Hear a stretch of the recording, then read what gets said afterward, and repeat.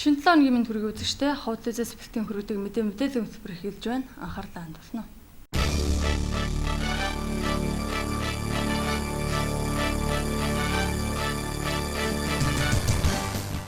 Норвегийн тусламжийн байгууллагын хүүхдийн эрх хөгжил 2 төслөөс дотуур байр эрүүл орчин сэдэвт форумыг Эрдэнэрийн сумд зохион байгууллаа.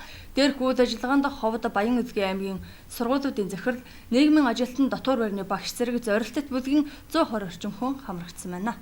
Одоогоос 6 жилийн өмнө Ховд аймагт хэрэгжиж эхэлсэн Норвегийн тусламжийн байгууллагын хүүхдийн эрх хөгжил төсөл нь эмзэг бүлгийн хүүхдүүдийн нөхцөл байдлыг сайжруулах, хүүхдийн эрхийг хангахад дэмжлэг үзүүлэх зорилготой төслөө эхлүүлж байснаас гадна үндсэн 4 хэсэгт үйл ажиллагаагаа чиглүүлэн ажилласаар ирсэн байна.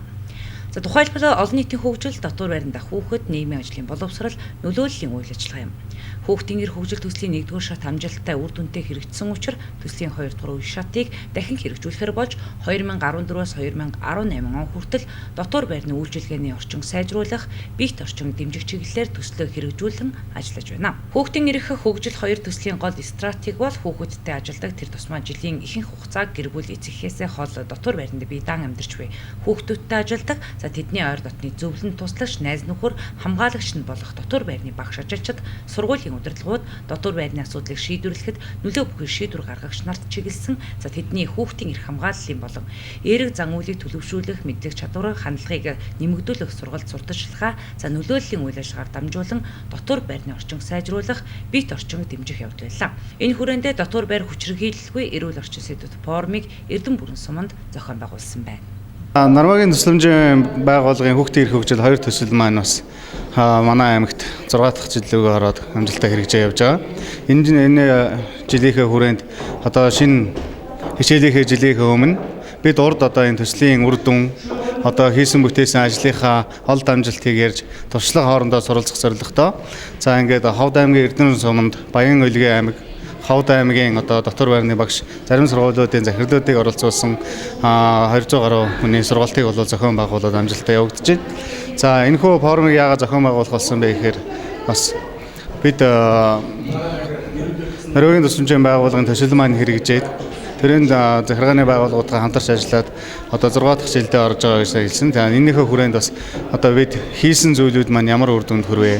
Цаашид одоо энэ хичээлийн жилд яаж ажиллах вэ гэдэг ийм зорилтой бол тодорхойлох учиртай байгаа. Мөн бас одоо зэрэгэлдээ Баян Үлгийн аймагт маань Норвегийн тусламжийн байгууллага Нодингоос эхэлж анхны одоо төсөл хэрэгжиж эхэлж байгаатай холбогдуулж энэ аймгийнхаа дотуур байрны багш нар, сургуулийн захирлуудад бас туршлага болох ус төгөөнд дэлгэрүүлэх үйл ажиллагааг бас давхар зохион байгуулж байгаа. Бид Ховд аймагт нийтдээ 17 одоо дотуур байр үйл ажиллагаа явуулж өнөөдөр Эрдэнэ орныг сонгосон одоо шалтгаан нь бас дотуур байрны мөрдөгдөх стандарт тэнд үйлчилгээ явуулах горим одоо эднэрийг бол бас стандартын хэмжээнд явж байгаа. Үйл ажиллагаа явуулж байгаа гэдэг утгаар нь бас үзүүлэх маягтайгаар одоо бэлтгэсэн. Гэхдээ бол энд бас зөвхөн дотуур байрны чиглэлээр биш, энэ дотуур байрны доторх үйл ажиллагаанууд одоо тоогооч гэхэд одоо тоогооч нар нь ямар хоол гэж гаргаж гин үү? Энийг бас үзүүлэх зорилготой тоогооч нар маань зугаалсан байгаа.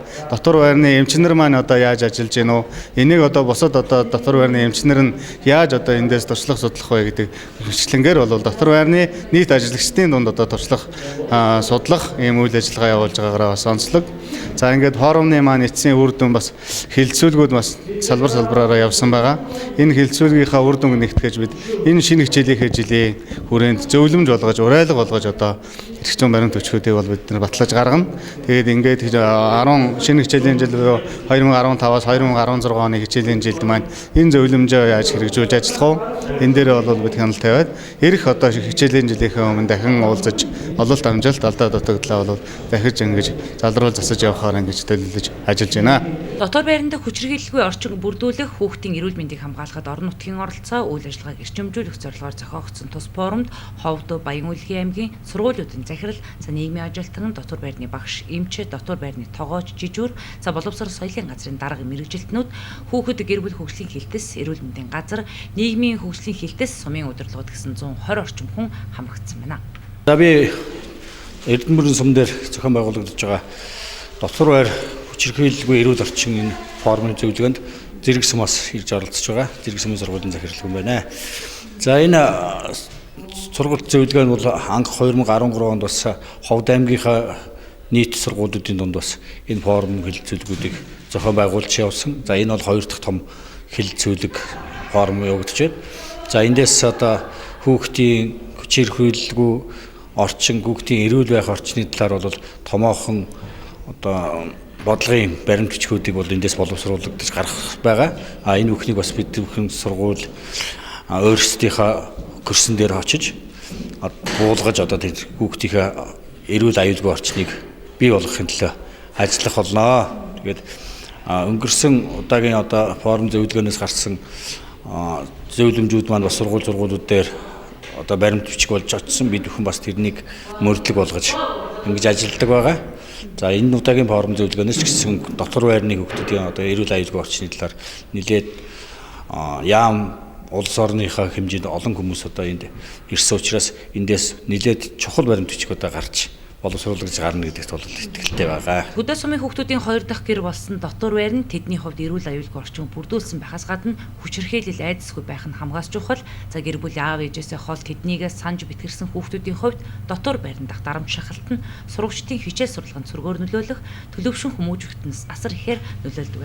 За ихэвчлэн ахлахынгийн сурагчдад доод ангийнхаа дүү нарыг өөрийн иргэшээлд байлгах, дуулууртай дагуул болох нь олон таажиглагддаг байна. Тиймээс хүүхдүүдийн сэтгэл санаа хичээл сургалганд нь нөлөөлж буй энэ зүй бус үйлдэлийг тасан зогсооход тухайн сургуулийн захирал нийгмийн ажилтан жижүүр дотор байрны багш тогооч зэрэг нь тэдний дотны зөвлөн туслагч байх нь чухал гэдгийг форумын үеэр оролцогчдын зүгээс онцолж байсан. Манай аймагт бол нодлонгоос эхлээд ингээд хэрэгж байгаа. Энэ жил бол 2 дахь жилдээ ингээд хэрэгж байгаа төсөл байгаа. Дотор байр хүүхдийн эрх 2 гэсэн төсөл. Одоо энэ сургалтыг бол манай аймагт бас зохион байгуулж байсан. Одоо манай аймаг дээр манай аймгийн Лонх сумын дээр дотор байрны тогооч, сургуулийн няво, сургуулийн захирал, сургуулийн эмч гэсэн бүрэлдэхүүнтэй бүх сумуудын шууд уулзтыг бол Лонх сумын дээр зохион байгуулж байгаа. Аймгийн хувьд бол нийтдээ 53 хүн ирж бүрэн бүрэлдэхүүнээрээ оролцож байгаа явдал нь бол энэ семинарын бас нэг онцлог явдал байна. За урд жилүүдийн бас явагдаж байсан хүүхдийн эрх хөгжил төслийн хүрээнд явагдаж байсан семинаруудаас энэ удаагийн энэ форум бол маш их өргөн хүрээний тэр дундаа дотор байранд ажиллаж байгаа бүх ажилчин албан хаагчдын дунд дэр нээлттэй өр өгөөжтэй асар их ач холбогдолтой форум боллоо гэж үзэж байна. Энэ удаагийн форумоор хэлэлцсэн бас нэгэн онцлог сэдэв бол зэрэг дөрвөн баян үлгий Эрдэнэ бүрэн сумдын дотор байрны сайн туршлагыг хэлэлцсэн, за харилцан туршлага солилцох илтгэл мэдээлэл байлаа. Сумдын дотор байрны сайн туршлага өөр өөрийн арга барилыг мөрдлөг болгон төлөвлөн ажилласнаар үр дүнд хүрсэн гэдгийг ч туршлага солилцсон сумдын дотор байрны багш нийгмийн ажилтнууд нь дурдж байсан юм а.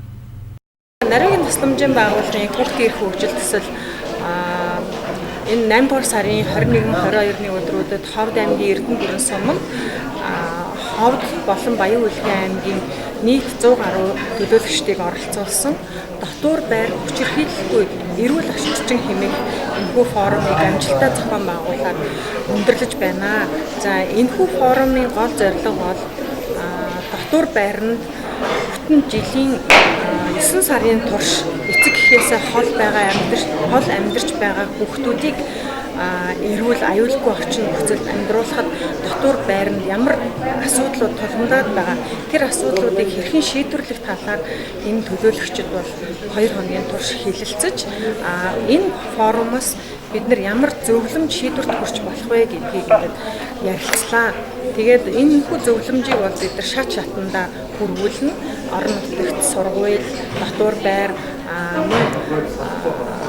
сум, аймгийн захиргаа, боловсрол соёлын газар цаашлбал бид нар боловсролын яам гэдэг холбогдох албан тушаалын хүмүүсүүд өгүүлэх юм байна.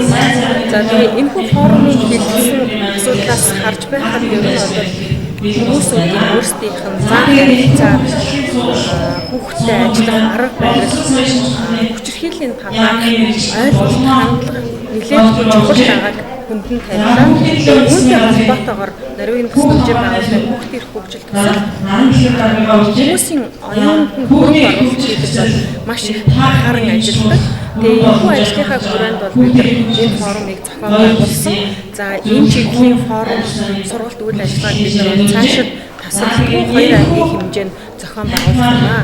За 2016 онд бид нар хүүхдийн чөлөөт цаг мөн эцэг эхчүүд хүүхдэд тавих анхаарал хандамж энэ чиглэлээр өнөөдөр бас форумыг Баян-Улсын аймагт зохион байгуулахаар төлөвлөж байгаа. За манай төслийн гол хоёр зорилго бүлэг бол хоёр Баян-Улсын ховд аймаг байдаг учраас ээлжлэн энэ форумын үйл ажиллагааг зохион байгуулахаар төлөвлөж байгаа. За тэгээ энэ форумаас үзэгчид маш олон зүйлийг хэлж байна, санаа өгч байна. Мөн цаашлбал шийдэх асуудал бидний өмнө байгааг олж харлаа. Тэгээд энэ асуудлуудаа шийдвэрлэхийн тулд бид нар бүх шатнд төрийн бус олон улсын олон нийт олон байгууллагатайгаа хамтарч ажиллахад бэлэн байгаамаа. Хүүхдийн эрх хөгжил 2 төслөөс хүлээгдэж байгаа эцсийн үр дүнгээр 2018 он гэхэд өнөөгийн дотор байрнуудын үйл ажиллагаа эрс сайжирч хүүхдийн эрхийг хүндэтгэн хамгаалдаг болсон байх. За нөгөөтэйгөр дотор байранд хүүхдүүдэд бие бэлтрэ, оюун ухаан сэтгэл санааны хувьд эрүүл, аюулгүй орчинд амьдардаг болсон байх. За дотор байрны ажилтнууд нь хүүхдүүдийг сонсож тэдний шийдвэр гаргах үйл явцад оролцуулдаг болсон байх. За мөн түнчлэн дотор байрны хүүхдүүд дотор байранд зохиогддог шүлөө цагийн үйл ажиллагаанд тогтмол оролцдог болсон байх. Сургууль, эцэг эх, төр захиргааны удирдлагууд дотор байранд амьдарч байгаа хүүхдүүдийн нөхцөл байдлыг сайжруулахын төлөө ажилладаг болсон байх зэрэг хэд хэдэн зорилтыг хэрэгжүүлэн ажиллаж үр дүнд хүрэх явдал юм а.